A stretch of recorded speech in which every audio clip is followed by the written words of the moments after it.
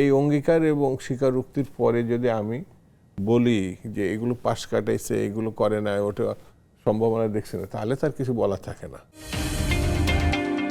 জনগণ নির্বাচনী ব্যবস্থা এবং গণতান্ত্রিক প্রতিষ্ঠানের উপর আস্থা হারাবে যদি গণভোটের রায় ব্যর্থ হয়। এবং তারপরে তিনি এটাও বলেছেন যে দাবি আদায় হলে সংসদে ভালো, আলহামদুলিল্লাহ বলেছেন, যদি না হয় তাহলে আন্দোলনের মাধ্যমে সেই দাবি আদায় করা হবে।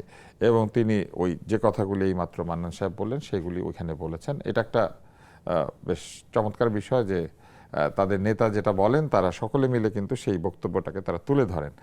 আপনাদের দিক থেকে এটার উত্তর কি? আসলে গণভোটের রায় বাস্তবায়ন না হলে কি নির্বাচনী ব্যবস্থার উপর আস্থা চলে যাবে?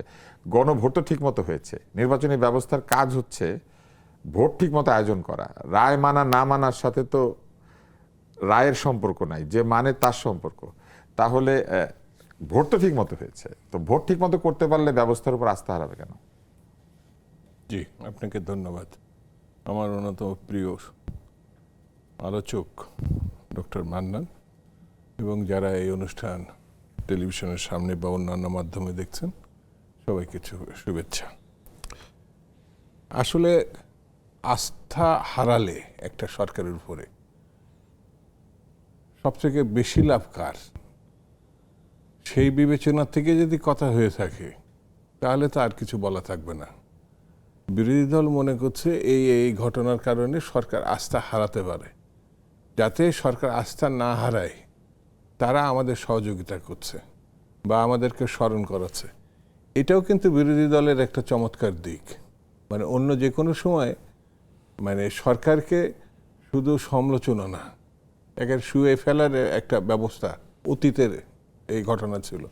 সেই বিবেচনায় 24 পরবর্তীতে ধরেন 12ই ফেব্রুয়ারি যে নির্বাচন, সেই নির্বাচনের মধ্যে দিয়ে সরকার যেমন বিএনপি গঠন করেছে, ঠিক তেমনি বিরোধী দল হিসাবে জামাত ইসলাম এই প্রথম আনুষ্ঠানিক বিরোধী দল হিসাবে তারা সংসদে এসেছে। এটাও কিন্তু রাজনীতির একটা গুণগত পরিবর্তনই আমি বলবো, যেটি আগে যে ব্যবস্থা, যে সিস্টেম, যে অবস্থা ছিল সেটা এখন পরিবর্তিত।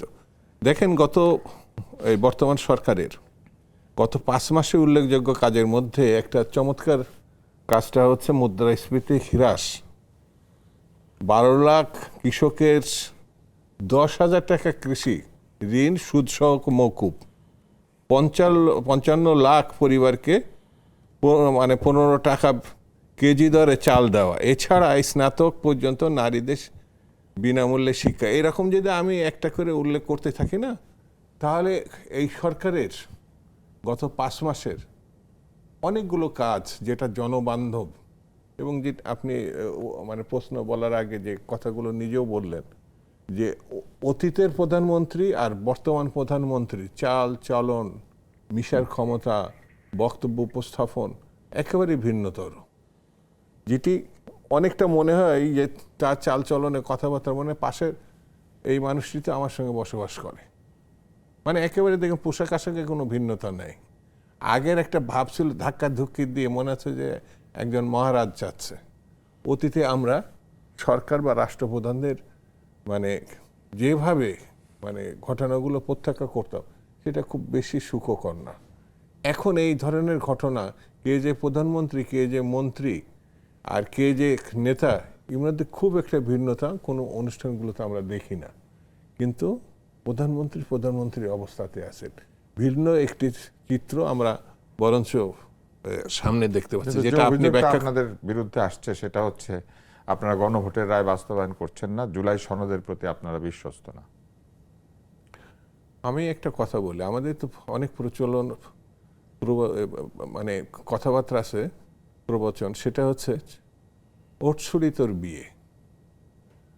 বিয়ে যেমন একটা আনুষ্ঠানিক আছে, 7 দিন ধরে খালি হলুদি মাখছে বিভিন্ন ঘটনাগুলো, তো আপনার 5 মাসের ভিতরে কিছুই করেনি, এটা বলা তো ঠিক হবে না। দ্বিতীয় অধিবেশন চলছে, এই সমাপ্ত হলো সবে মাত্র দ্বিতীয়, এখনো পর্যন্ত 5 মাস, তাহলে 4.5 বছর এখনো পড়ে আছে। সরকার প্রধান থেকে শুরু করে পার্টির মহাসচিব সবাই কিন্তু, এবং দায়িত্বশীল যে নেতা এবং মন্ত্রীরা আছে, সবাই অঙ্গীকার করেছেন এবং পার্লামেন্টের মধ্য দিয়ে সব কিছু মানে পালন করা হবে, এই অঙ্গীকার এবং স্বীকারোক্তির পরে যদি আমি বলি যে এগুলো পাশ কাটাইছে, এগুলো করে না, ওটা সম্ভাবনা দেখছে না, তাহলে তার কিছু বলা থাকে না। সেই জন্য আমার কাছে মনে হয়েছে যে সব পরিবর্তন হলেও ধৈর্যটা আমরা রাখতে পারছি না, বিশেষ করে বিরোধী দলের দিকে আমার তাকিয়ে মনে হয়েছে। স্থিতিশীলতা আসবে তখনই একটি 18 বছরের অনিয়ম ভাঙতে, 18 বছরে তা আপনি 18 মাসের সময় দিবেন না।